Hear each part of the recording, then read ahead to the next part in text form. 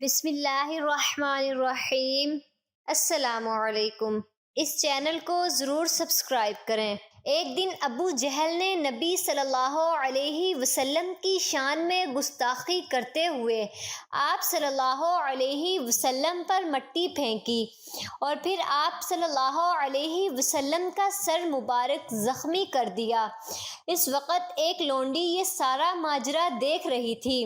اسی شام جب آپ کے عزیز چچا حضرت حمزہ رضی اللہ تعالی عنہ، جو کہ ایک انتہائی بہادر، جرأتی اور طاقتور انسان تھے، شکار سے واپس آئے تو اس لونڈی نے یہ سارا ماجرا ان کو بتایا۔ نبی صلی اللہ علیہ وسلم کے سر مبارک کے زخمی ہونے کی خبر آپ رضی اللہ تعالی عنہ کو چراغ پا کر دیا اور آپ ابو جہل کو ڈھونڈنے نکلے۔ وہ اس وقت خانہ کعبہ میں موجود تھا۔ حضرت حمزہ رضی اللہ تعالی عنہ نے اپنی کمان اس زور سے اس کے سر پر ماری کہ اس کا سر پھٹ گیا اور وہ لہو لہان ہو گیا۔ اس کے بعد حضرت حمزہ رضی اللہ تعالی عنہ آپ صلی اللہ علیہ وسلم کی خدمت میں حاضر ہوئے اور کہا، بھتیجے، میں نے ابو جہل سے تمہارا بدلہ لے لیا ہے۔ یہ بات سن کر نبی صلی اللہ علیہ وسلم نے فرمایا، چچا جان، مجھے زیادہ خوشی اس وقت ہوگی جب آپ ایمان لے آئیں گے۔ یہ بات سن کر حضرت حمزہ رضی اللہ تعالی عنہ کلمہ پڑھ کر ایمان لے آئے۔ حضرت عمر فاروق رضی اللہ تعالی عنہ کے بارے میں امام ابن جوزی نے لکھا ہے کہ ایک مرتبہ حضرت عمر رضی اللہ تعالی عنہ ایک رات گھر میں بیٹھے تھے اور بیٹھے بیٹھے اچانک رو پڑے۔ 62 سال عمر ہے اور خلافت کے آخری ایام چل رہے ہیں اور گھر میں بیٹھے بیٹھے بلا وجہ رو پڑے۔ آپ رضی اللہ تعالی عنہ کی زوجہ نے بیٹے کو اٹھایا اور کہا، اپنے باپ سے پوچھو کیا مسئلہ ہے، کہیں کوئی تکلیف یا درد تو نہیں؟ صاحبزادے حضرت عمر رضی اللہ تعالی عنہ کے پاس آئے اور فرمایا، ابا جی کیا بات ہے؟ حضرت عمر رضی اللہ تعالی عنہ نے فرمایا، اپنی ماں کو بلاؤ۔ آپ رضی اللہ تعالی عنہ فرمانے لگے کہ میرے ارد گرد بیٹھ جاؤ۔ سب بیٹھ گئے تو آپ رضی اللہ تعالی عنہ فرمانے لگے، آج جب میں مسجد سے نکلا تو میرے نبی صلی اللہ علیہ وسلم کے سچے صحابہ، حضور صلی اللہ علیہ وسلم کے سچے غلام یہ کہہ رہے تھے کہ عمر بڑا ہی اچھا عدل والا ہے، انصاف والا ہے۔ صاحبزادے نے پوچھا کہ ابا جی اس میں رونے والی کیا بات ہے؟ حضرت عمر رضی اللہ تعالی عنہ فرمانے لگے کہ مجھے یہ ڈر لگتا ہے کہ باہر میں سب کے ساتھ اچھا تھا اور مجھے سب اچھا سمجھتے ہیں، لیکن کہیں گھر میں کوتاہیاں تو نہیں کرتا رہا۔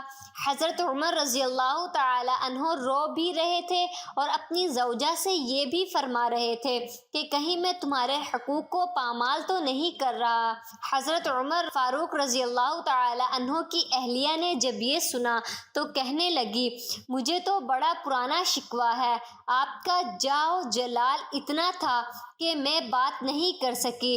عمر رضی اللہ تعالی عنہ، تم نے اپنا سارا وقت مسجد میں گزار دیا، ساری رات نقاب اوڑھ کر مدینے کی گلیوں میں گزار دی، میں تو زندگی کی کوئی خوشی دیکھ بھی نہیں سکی۔ میرے دل کے اندر بھی تو خوشی تھی کہ میرا شوہر مجھے کہیں گھمانے لے جاتا، میرے پاس بیٹھتا، لیکن میں نے تو کچھ بھی نہیں دیکھا۔ مجھے آپ رضی اللہ تعالی عنہ سے بڑا شکوہ ہے۔ حضرت عمر فاروق رضی اللہ تعالی عنہ کہنے لگے، چلو اللہ کی رضا کے لیے مجھے معاف کر دو۔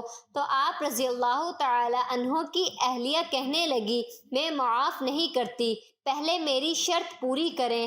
آپ رضی اللہ تعالی عنہ نے فرمایا، کیا؟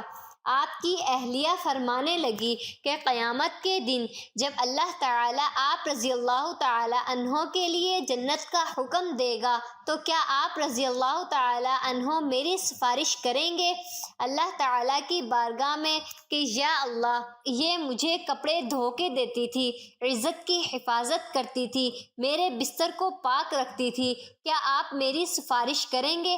حضرت عمر رضی اللہ تعالی عنہ فرمانے لگے تیرے ساتھ وعدہ رہا، اللہ تعالیٰ نے اگر عمر کو اپنے فضل اور اپنے کرم سے اپنے محبوب کے صدقے جنت میں جگہ دی تو عمر تیرے بغیر جنت میں نہیں جائے گا۔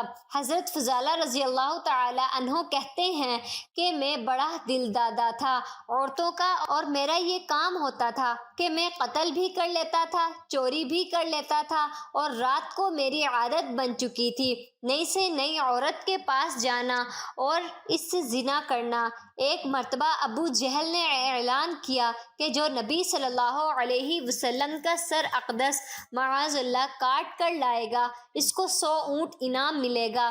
حضرت فضالہ رضی اللہ تعالی عنہ نے سوچا کہ بہت سارا انعام ملے گا۔ حضرت فضالہ رضی اللہ تعالی عنہ کہتے ہیں میں نے خنجر کو تیار کیا اور اس کو اپنی بغل میں چھپا لیا اور اوپر میں نے چادر اوڑھ لی۔ حضور صلی اللہ علیہ وسلم ظہر کی نماز کے بعد بیت اللہ شریف کا طواف کرنے کے لیے جاتے ہیں تو میں بھی اس کی طرف بڑھا۔ راستے میں وہ خاتون جس کے پاس میں نے آج رات آنا تھا اس کے دروازے پر دستک دی۔ میں نے کہا آج رات تیار رہنا، آج میں بہت بڑی رقم لے کر آؤں گا۔ اس عورت کو میں نے یہ سب کہا اور پھر میں بیت اللہ شریف کا طواف کرنے چلا گیا۔ اللہ کے محبوب بھی طواف کر رہے تھے تو میں نے بھی طواف شروع کر دیا۔ میرا ارادہ یہ تھا کہ جب حضور صلی اللہ علیہ وسلم میرے قریب سے گزریں گے تو میں موقع پا کر حضور صلی اللہ علیہ وسلم کے جسم اقدس پر خنجر کھونپ دوں گا اور معاذ اللہ شہید کر دوں گا۔ کہتے ہیں کہ حضور صلی اللہ علیہ وسلم ایک بار میرے پاس سے گزرے تو میں ہمت نہ کر سکا، دوسری دفعہ میرے پاس سے گزرے تو میں ہمت نہ کر سکا، تیسری دفعہ بھی میرے پاس سے گزرے تو پھر بھی میں ہمت نہ کر سکا۔ نبی صلی اللہ علیہ وسلم 2-3 مرتبہ گزرے تو حضرت فضالہ رضی اللہ تعالی عنہ فرماتے ہیں کہ مجھے موقع نہ مل سکا۔ حضور صلی اللہ علیہ وسلم فرماتے ہیں اللہ تعالیٰ نے رعب کے ساتھ میری مدد فرمائی، دشمن پر میرا رعب طاری ہو جاتا۔ حضرت فضالہ رضی اللہ تعالی عنہ فرماتے ہیں کہ جب چکر پورے ہوتے ہیں تو حضور صلی اللہ علیہ وسلم چھٹے چکر پر فرمانے لگے فضالہ چکر ایک رہ گیا ہے۔ حضرت فضالہ رضی اللہ تعالی عنہ کہتے ہیں کہ طواف مکمل ہو گیا۔ آپ صلی اللہ علیہ وسلم میرے پاس آئے اور فرمانے لگے وہ کام کرتے کیوں نہیں جو کرنے کے لیے آئے تھے؟ میں نے عرض کی یا رسول اللہ کون سا کام، کیسا کام؟ کہتے ہیں کہ حضور صلی اللہ علیہ وسلم نے مجھے کندھے سے پکڑ کر ہلایا اور فرمایا وہ کام کرتے کیوں نہیں؟